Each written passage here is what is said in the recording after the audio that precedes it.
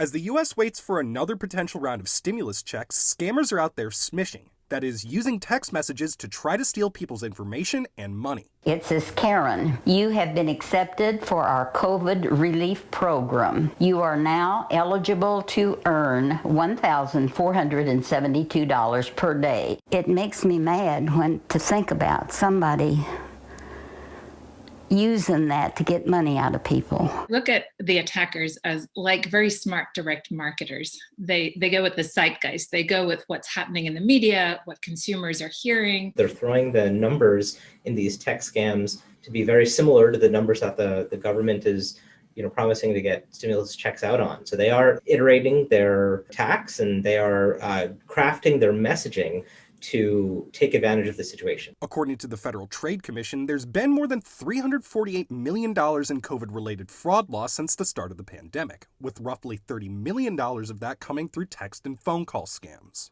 Experts told Newsy they expect smishing scams to continue through the pandemic, but that the messaging will shift. What we predict actually is that there will be a joint IRS tax return and COVID relief smishing happening. One potential example would be that an attacker would say, get your COVID stimulus payment now before the IRS takes it in a tax bill. As more, say, vaccination centers start opening up, then I wouldn't be surprised if the cybercriminal community starts sending out messages saying, oh, you can now get the vaccine. If you get any messages like these, experts say you should look at the content of the message and think through before clicking on any link. The way that the government will get you COVID relief is by direct deposit to your bank account or via a check in the mail. The governments shouldn't send out text to you. They also say you should block the number of the scammers. Copy the text and forward it to 7726, which spells spam. All the US operators use that to block attacks.